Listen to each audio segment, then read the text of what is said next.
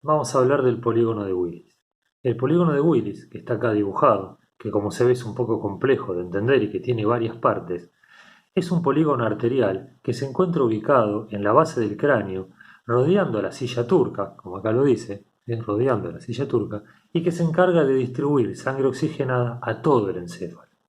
Este es un tema bastante difícil de explicar en forma presencial, imagínense, por vía virtual, pero vamos a tratar de hacer lo posible. Para entender a ese polígono de Willis, vamos a empezar con un dibujo un poquito más sencillo. ¿Sí? Vamos a poner este dibujo, que es muy rudimentario, pero para que se entienda el concepto del polígono de Willis. El polígono de Willis es un polígono arterial, como ven acá, que esta es una estructura de polígono, ¿sí? Que está rodeando la silla turca y por el cual circula la sangre, y que de este polígono nacen tres pares de arterias, las cuales se van a dirigir a las distintas estructuras del encéfalo llevándole sangre oxigenada. ¿Cuáles son esas arterias? Como dicen ahí los nombres, se llaman las arterias cerebrales anteriores, que nacen del polígono de Willis. Piensen que este polígono está en la base del cráneo y el cerebro se apoya por encima, o el encéfalo se apoya por encima. O sea que estas, que son las cerebrales anteriores, se van a dirigir hacia adelante, hacia arriba, llevando sangre oxigenada, principalmente para los lóbulos frontal del cerebro. Después tenemos el par que se llama cerebrales medias, que también nacen del polígono y se dirigen hacia los costados y hacia arriba para llevar sangre, más que nada para el lado de los lóbulos parietales y temporales. Y atrás tenemos las cerebrales posteriores que van a distribuir sangre oxigenada para el lóbulo occipital y para el cerebelo. Es decir, que la sangre circula por este polígono y a través de este polígono sale por las arterias cerebrales anteriores, por las arterias cerebrales medias y por las arterias cerebrales posteriores, llevando sangre oxigenada a las estructuras del encéfalo. ¿Cuál es la ventaja de tener un polígono? Que si hay una obstrucción por algún lado de la circulación arterial, este polígono asegura una irrigación sanguínea, ¿sí? Porque si está obstruido por algún megalo, ya lo vamos adelante, si está obstruido, la sangre circula por el polígono, toma otra ruta y puede llegar a irrigar los tejidos del sistema nervioso. Es como que hay una doble irrigación sanguínea gracias al polígono de Willis. Y para entender esta doble irrigación sanguínea, ¿sí?, del polígono de Willis, vamos a repasar cuando vimos la arteria aorta o sus ramas. Es decir, ¿qué les quiero comentar? Que este polígono, del cual nacen las arterias cerebrales anteriores, medias y posteriores, se nutre, el polígono en sí, se nutre por dos grandes arterias que vienen subiendo por el cuello y que van a llenar de sangre el polígono para que el polígono pueda distribuir por sus tres pares de arterias la sangre a las distintas estructuras del encéfalo. ¿Sí? Es decir, que este polígono, este es el que tiene una doble irrigación, se llena por dos lugares. Si algunas arterias están tapadas, entonces, como por ejemplo las carótidas, que es una de las que lleva sangre oxigenada del polígono, bueno, tiene el segundo par de arterias, que son las vertebrales que van a llenar de sangre el polígono. Y a partir de ahí, la sangre va a poder fluir por las arterias cerebrales, que tenemos acá escritas. Esto es o la ventaja de tener el polígono de Willis como formando parte de la irrigación del sistema nervioso central.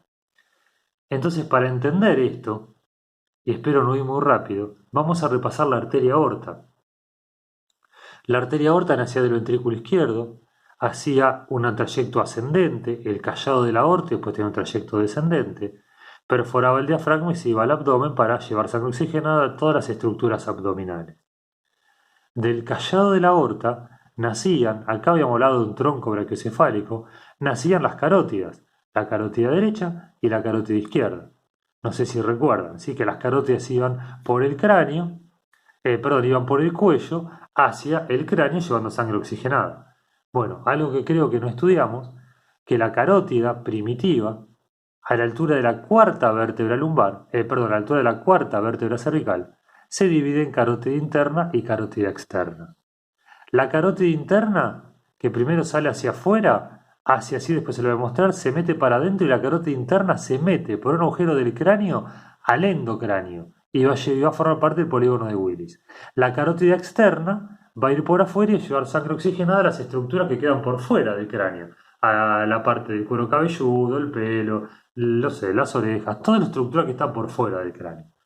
Entonces, la carótida esta y esta, que son las carótidas primitivas, se dividen en la carótida interna y externa.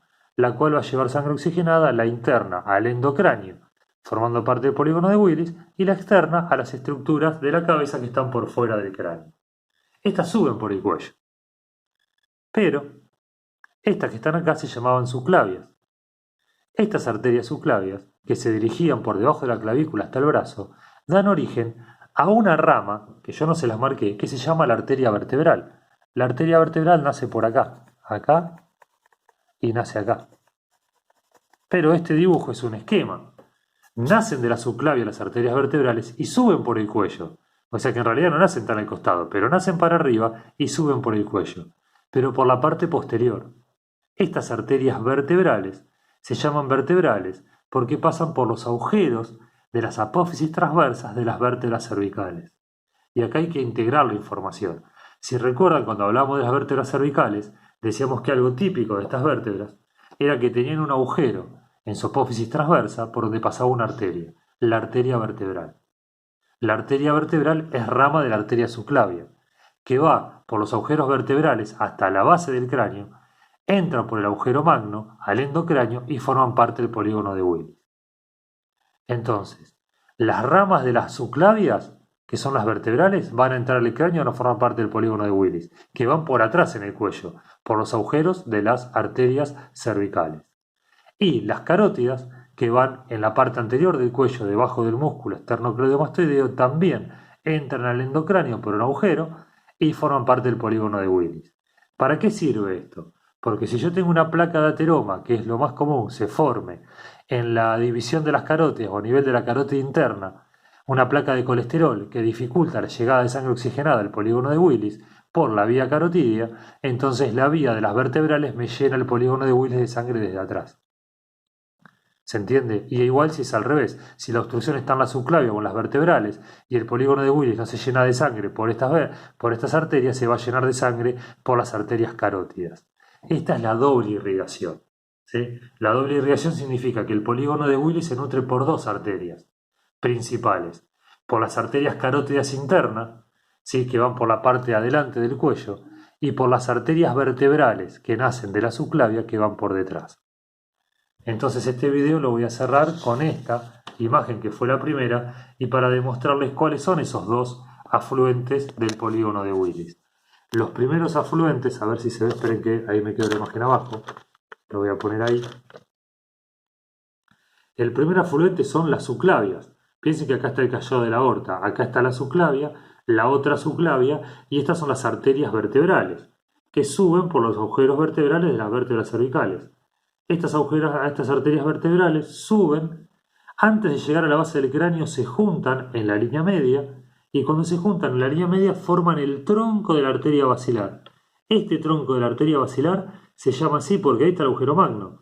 Cuando entra por el agujero magno se apoya en la rampa basilar del occipital. ¿Se acuerdan de esa rampa basilar del occipital? Se apoya la arteria basilar. Esta arteria basilar también la vimos cuando vimos protuberancia, porque arriba de esta arteria basilar se apoya la protuberancia. Entonces ahí sería la primera parte del polígono, ¿sí? La subclavia da origen a las vertebrales, las subclavias que están debajo de la clavícula, las vertebrales suben por el cuello, por los agujeros que tienen las apófisis transversas de las vértebras cervicales, cuando atraviesan el atlas, que era la primera vértebra, se juntan las dos vertebrales y forman el tronco de la basilar. El tronco de la arteria basilar entra al endocráneo por el agujero magno, este es el agujero magno, y cuando entra al endocráneo se apoya en la rampa basilar del occipital. ¿Se acuerdan que adelante del agujero magno estaba la rampa basilar del occipital? Al apoyarse en la rampa basilar del occipital, se dirige hacia la silla turca. Y en la silla turca la arteria basilar termina. Y ahí lo dejamos. El otro afluente que no viene por la subclavia viene por la carótida interna. La carótida interna también viene subiendo por el cuello. Y cuando entra el endocráneo, esto que es la carótida interna, termina, es toda esta la carótida interna, viene por acá. Cuando entra el endocráneo, después de un corto trayecto, la carótida interna termina. Y cuando termina da origen a tres arterias, que son terminales, porque ahí la carótida desaparece, que son las cerebrales anteriores, las cerebrales medias y las cerebrales posteriores que cierran el polígono de Willis. Entonces, por ahora y en este video importante, la subclavia que da origen a las vertebrales, y las vertebrales se juntan en la línea media, forman la arteria basilar o tronco de la basilar, entra el endocráneo por el agujero magno, se apoya en la rampa basilar del occipital y se dirige a la silla turca. rama de la subclavia, primer afluente del polígono de Willis. El segundo, carótida interna. La carótida interna del cuello sube, llega al endocráneo, entra por un agujero de la base del cráneo, llega al endocráneo y da tres ramas. Da la cerebral anterior, la cerebral media y la comunicante posterior, y ahí termina el polígono de Willis. Bueno, en el próximo video explico más en detalle este dibujo y les muestro algunas imágenes en la computadora.